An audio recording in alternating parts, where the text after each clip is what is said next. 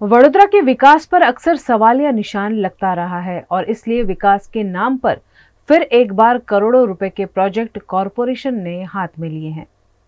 गुजरात के वडोदरा शहर का विकास अन्य महानगरों के मुकाबले काफी पीछे है। ऐसे में वडोदरा महानगर पालिका द्वारा शहर के विकास के लिए हेरिटेज स्क्वायर प्लान पर बैठक आयोजित की गई। वडोदरा के प्रभारी मंत्री हर्ष संघवी ने भी वडोदरा के विकास को तेजी देने पर जोर दिया है, जिसके चलते वडोदरा कॉरपोरेशन ने हेरिटेज इमारतों का विकास करने पर विचार विमर्श करने के लिए गुजरात विधानसभा के मुख्य दंडक Balkrishna Shukla, mayor Pinky Soni, deputy mayor Chirag Barot, municipal commissioner Dilip Rana, विधायक केयूर रोकड़िया, योगेश पटेल, मनीषा वकील, चैतन्य देसाई और पालिका के पदाधिकारियों की उपस्थिति में ऑडियो वीडियो प्रेजेंटेशन के जरिए हाथ में लिए गए 5 विकास कार्यों का खाका प्रस्तुत किया। वडोदरा के विकास को वडोदरा महानगर पालिका और साथ ही राज्य सरकार की सहायता से आगे बढ़ाने की कोशिश की जा रही है। सर, ये सारे जो प्रोजेक्ट्स हैं वो किस तरीके के हैं? प्रोजेक्ट डिटेल क्या है इनके? हमारे विधानसभा के मुख्य दंडक ऐसे श्री बालूभाई शुक्ला जी की नेतृत्व में बड़ौदा टीम के द्वारा पिछले 3-4 महीनों से बड़ौदा को किस दिशा में ले जाना है, बड़ौदा को हेरिटेज सिटी का दर्जा मिले और बड़ौदा सिटी के जो परमानेंट प्रॉब्लम है या कुछ नया देना है, उस दिशा में काफ़ी मनन चिंतन हुआ है। और वो मनन चिंतन के बाद वडोदरा कॉरपोरेशन के अधिकारियों, खास करके कमिश्नर साहब और हमारे सारे पदाधिकारियों ने मिलकर कुछ मेहनत किया है, उसके डीपीआर बनाए। तो डीपीआर हमारे प्रभारी मंत्री श्री हर्षभाई संघवी को दिखाए गए। खास करके बड़ौदा में आर्टिजन सेंटर, मोदी साहब का आत्मनिर्भर का नारा और वोकल फॉर लोकल, उस दिशा में जो कार्य हुआ है तो उसको भी बड़ौदा को उसका लाभ मिला। उसके लिए बड़ौदा में डायमंड जुबली सेंटर के जो पैलेस के सामने है, काफ़ी बड़ी जगह है, उस जगह में एक आर्टिजन सेंटर बनेगा 75-80 करोड़ के खर्चे से, जिसमें लोगों को ट्रेनिंग दिया जाएगा। उसी तरह ब्लू ग्रीन डेवलपमेंट के जो कैनाल है, बाइली सेवासी कैनाल, उसमें एक साइड पे 30 मीटर का रोड है, एक साइड पे 12 मीटर का रोड है। दोनों साइड पे हमको खुली जगह मिल रही है, 6 मीटर से 10 मीटर तक की जगह। वहाँ पे एक ग्रीन डेवलपमेंट हो, जिसकी वजह से प्लांटेशन हो, गजीबो हो, लोगों को बैठने की जगह मिले, कोई स्केटिंग रिंग बने, खेलने कूदने के जिम्नेशियम के साधन रखे जाएंगे। तो एक रिक्रिएशनल फैसिलिटी कैनाल के दोनों साइड पे खड़ा करने का एक प्राथमिक आयोजन किया गया है। 30 करोड़ के खर्चे से आयोजन किया जाएगा।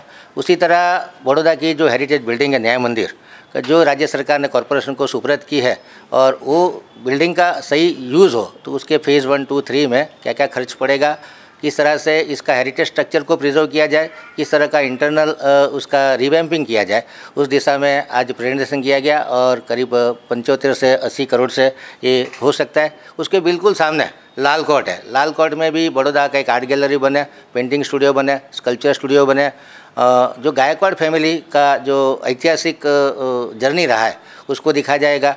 इसी तरह से बड़ौदा को कन्वेंशन सेंटर 75-80 करोड़ के खर्चे से हरणी इलाके में ज़मीन को ईयरमार्क किया गया और उसका स्ट्रक्चर कैसा हो उसके भी प्रेजेंटेशन किए गए। और इन सारे जो बड़ौदा का रिंग रोड है, खास करके अंकोडिया से लेके चांपड़ तक का जो करीब 16 किलोमीटर का रोड है, जिसमें वुडा और कॉरपोरेशन दोनों मिलकर करीब 500 करोड़ के खर्चे से ये रोड बनाएंगे। इसमें ब्रिज भी आएंगे, काफ़ी सारे कलरोड भी आएंगे और वहाँ ज़मीन संपादन का कोई इश्यू नहीं है। तो जल्दी से प्रोजेक्ट हम लागू कर सकते हैं।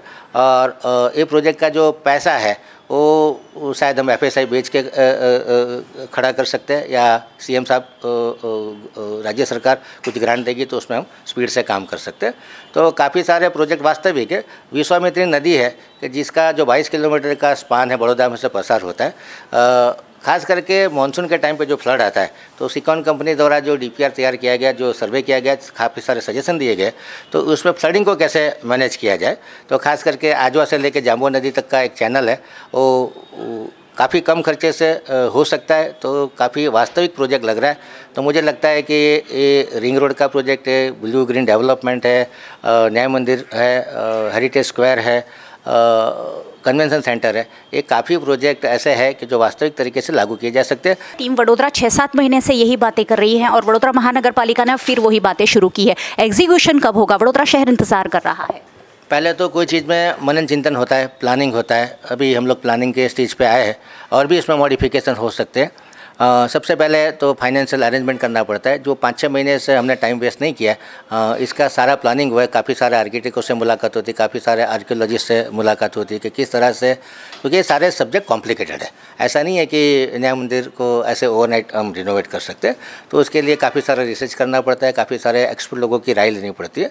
तो ये 5-6 महीने में काफ़ी सारा हम लोगों ने प्लानिंग किया है कि एग्जैक्ट खर्चा क्या होगा राउंड अबाउट, और इसमें फिर तो जब हम लोग एग्जीक्यूट करेंगे खर्चा बढ़ भी सकता है, कम भी हो सकता है। तो इस तरह की डीपीआर तैयार की है। गुजरात के अन्य शहरों के मुकाबले वडोदरा का विकास कहीं ना कहीं धीमा रह गया है और ऐसे में प्रभारी मंत्री हर्ष संघवी भी ये इंसिस्ट कर रहे हैं कि वडोदरा का विकास हो सके और इसीलिए एक पहल की गई है। पहल कब तक कामयाब होती है, कब शुरू होती है, ये ज़रूर VNM देखता रहेगा।